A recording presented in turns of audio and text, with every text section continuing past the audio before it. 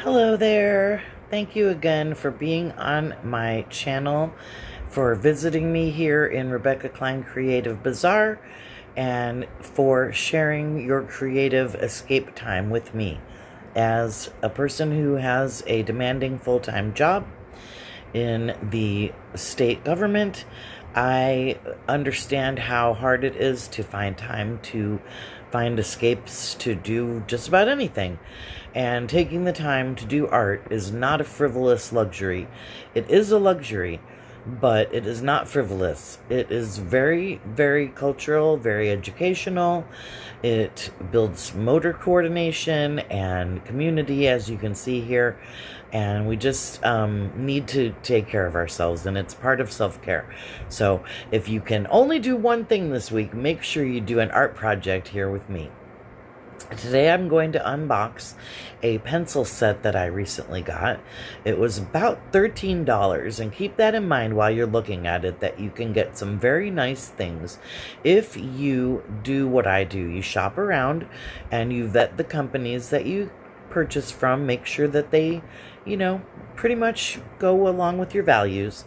And then you can use some of the money from your full-time job or from money that you save if you aren't lucky enough to have a full-time job like me. You can take some of the money that you earn and use it towards your art supply budget. That's something that we frequently talk about. So believe me, I am not a extremely wealthy person, although I'm building my business and have a job. So I also have a partner that is employed with the state with me, and that is a definite luxury. I definitely agree that we are very fortunate to have each other.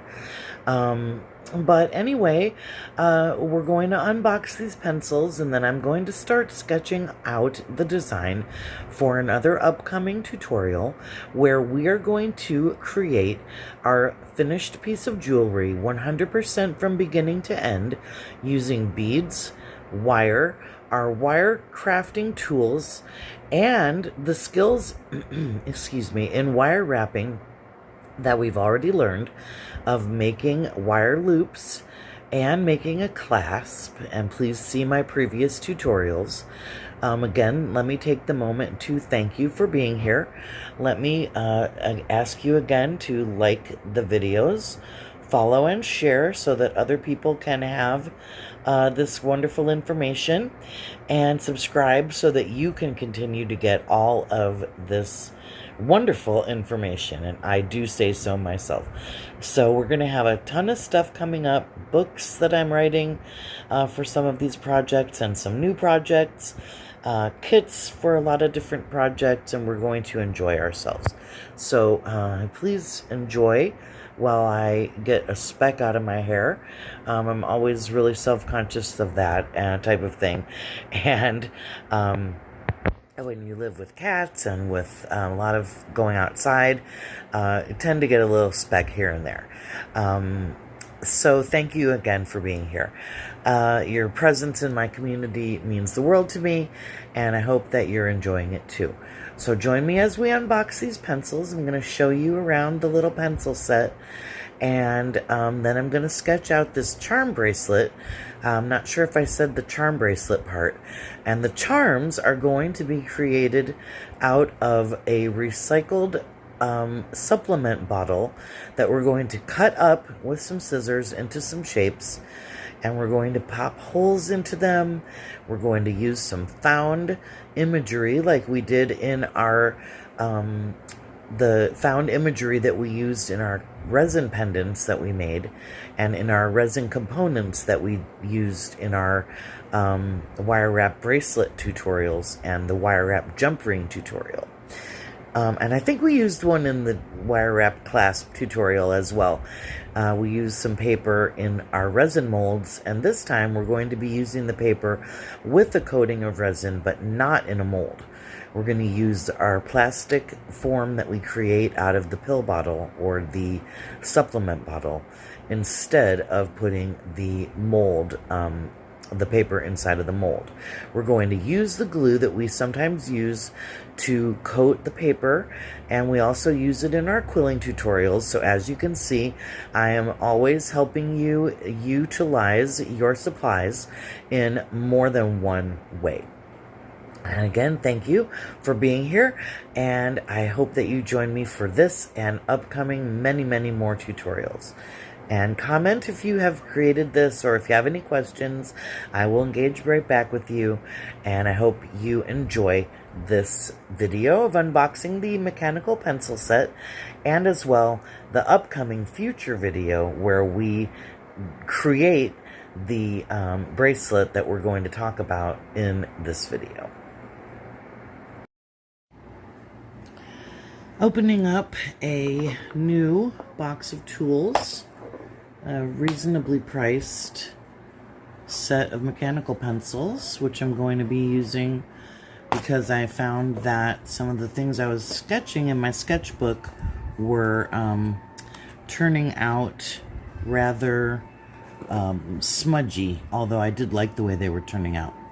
I took a tour of this earlier, and what I have found here is that we have 3 pens, or pencils really, that can hold 2mm lead, and that is what these 3 are. And I have the lead already sticking out. It's sharpened. These tiny and very cute little sharpeners come with this pencil set, which are on a little handle, and then I could keep this point if I needed to, or you can always sort of rub it against paper or something. These 3 pencils are meant to hold 2mm we already have. These would be for holding 0.5 millimeter, 0.5, 0.7 millimeter, and 0.9 millimeter leads. And all of those size leads come in this set. These are the 2mm leads. You get quite a few to refill these pens over and over again. And a nice surprise was the pen came with the lead already loaded in it, which you get an extra bonus lead in every pencil. These leads are for these pencils, and they came preloaded as well. The pencil kit also comes with several soft erasers, and they come with a kneaded eraser, which I'm going to have to move this over a little bit. Still trying to get my my filming radius under control. These look like little erasers that would probably fit inside of here somehow. Probably in the back, I guess. Excuse me, my goodness, I don't usually do that on camera. I try not to anyway. I'm going to make an assumption and assume that this eraser just sticks right into here. I don't know if it does or not. Actually, it's not fitting, so I don't want to mess anything up. It didn't really come with directions per se, so I'm going to have to look into that. And then it also comes with colored pencils that fit into this same lead. And there's 3 of this pencil, so it could definitely be, you know, to take your 2 favorite colors and load those onto 2 of these pencils. Obviously, you could just replace them as needed, but I have another nice set of colored pencils, so I might not use that part of it too much, but I did want something that didn't smear. Because look, I had even forgotten that I had done some of these designs. Just gonna quickly flip to this one thing that I was seeing the other day. My beautiful little yarn ball turned out so great, but it's sort of smudgy. And so that's why I looked up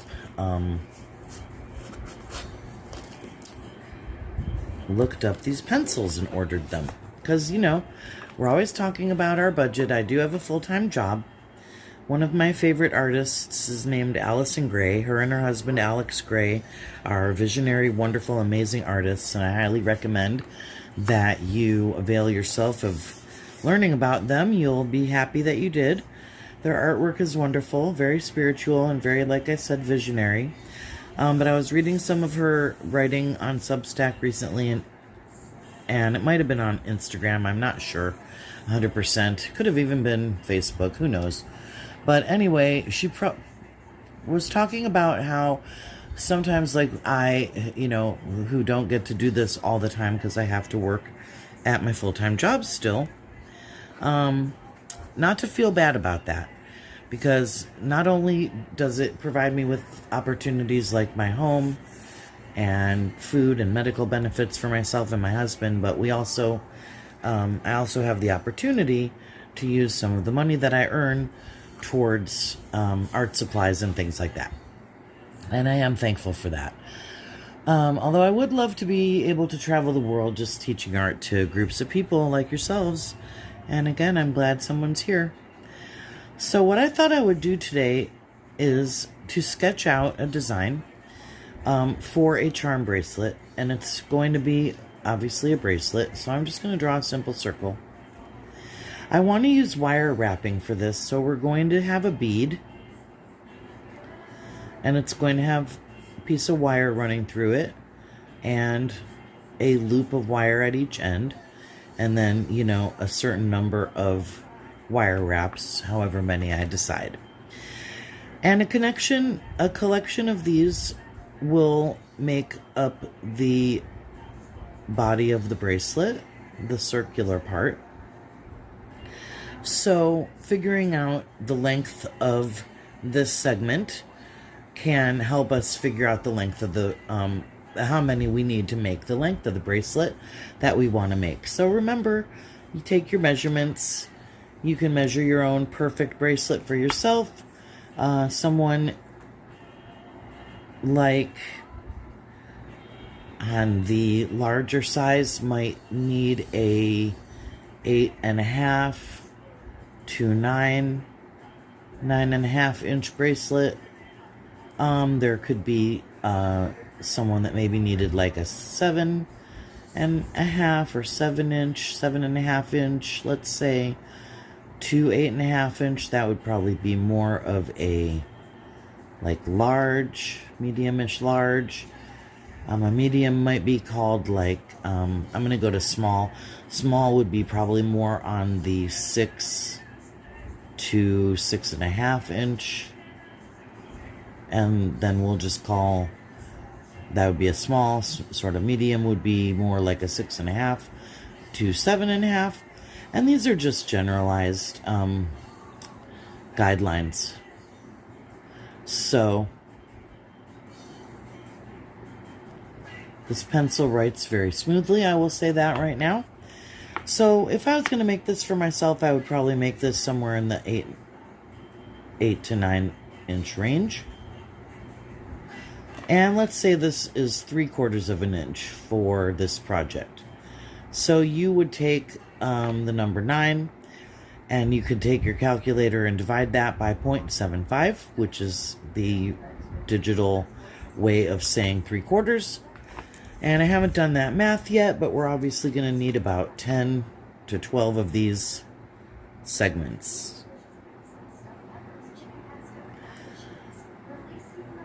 We're also going to need a closure, so I'll probably use the clasp that we learned how to make in our other tutorial, which was a bead wire wrap, similar to the ones we're going to be using as the body of the bracelet. But on one end it has a larger ring. This is the clasp closure loop. And then, of course, our little hook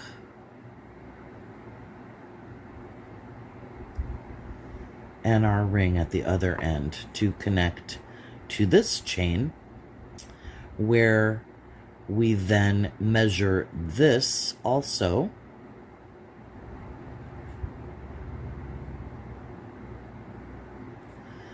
And then however long of a length these two components Obviously, you would measure it when the clasp was closed, because that's how it's going to be on your wrist or on the wrist of the recipient of this lovely gift. Whatever number of inches goes in this little box here, then we can subtract that number. Let's say it's 1.5 inches. Take that away from 9. That leaves us, what, 7.5?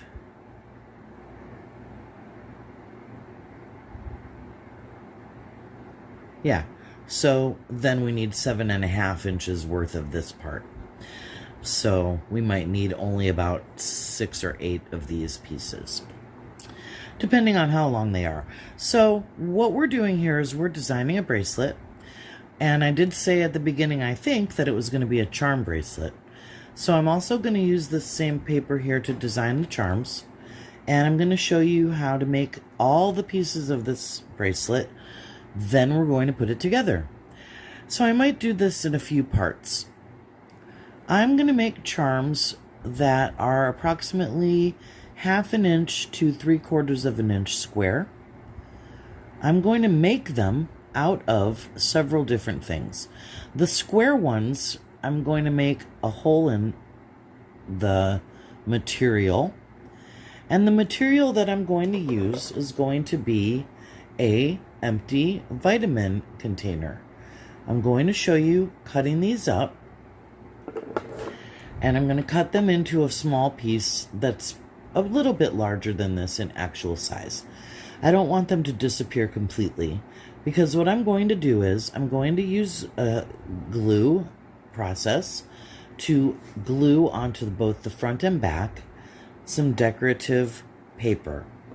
And one of the papers I'm going to use, I've already decided, is my own handmade paper, which I've created using recycled materials, including catalogs, some mail, and some brown craft paper. And this was the very first batch that I ever made. I think it turned out pretty well, and I will show you some paper making in some upcoming tutorials. This paper is very rustic. It's kind of thick. I don't know if you can see the edge, but it's kind of thick. It's kind of almost brittle and inflexible. It's not the perfect paper, but it was a perfect first try. And as you can see, I did not have it very well broken down. The pieces are very large. This is a huge piece of newspaper where you can actually, or catalog, where you can actually read some of the words. Paneled over 31 inches. Interesting. And so if you put pieces of paper in that are recycled mail or anything, just make sure that you aren't giving out anybody's important information, like your credit card number or whatever. That would be really weird. So what I'm going to do is I'm going to carefully press and glue this handmade paper to the back of my piece of plastic. And I'm going to glue another found piece of paper, which I've got these glorious, beautiful pictures of flowers that I've cut out from a seed catalog. And I've also taken some words that I've found in the seed catalog, and I've pre-cut them out. They're really tiny, but I got a bunch of different words, and onto each flower charm I might place a word. I like to do this, I call it found poetry. And where do you find poetry? Well, you find words in your mind, and you can also find them in printed material. You take words that you find, and you either come up with the poem at first and look for those words, cut them out and use them, or it's sometimes really fun to take words that you find and turn them into poetry. So what I'll do is I'll mix beautiful words or interesting or strong words with something lovely like a flower. We might use something else. Maybe I might use fruit or vegetables. I might use pictures of water or anything from nature. Just looks beautiful to me. So my dog sees her daddy coming home, so she's so happy about it. We get to have a great time making these charms in the next coming up video. So that's basically our bracelet, and I'm going to use some wire to make some head pins and beads, and those are going to be some of the charms as well. So we'll look at all of our materials coming up.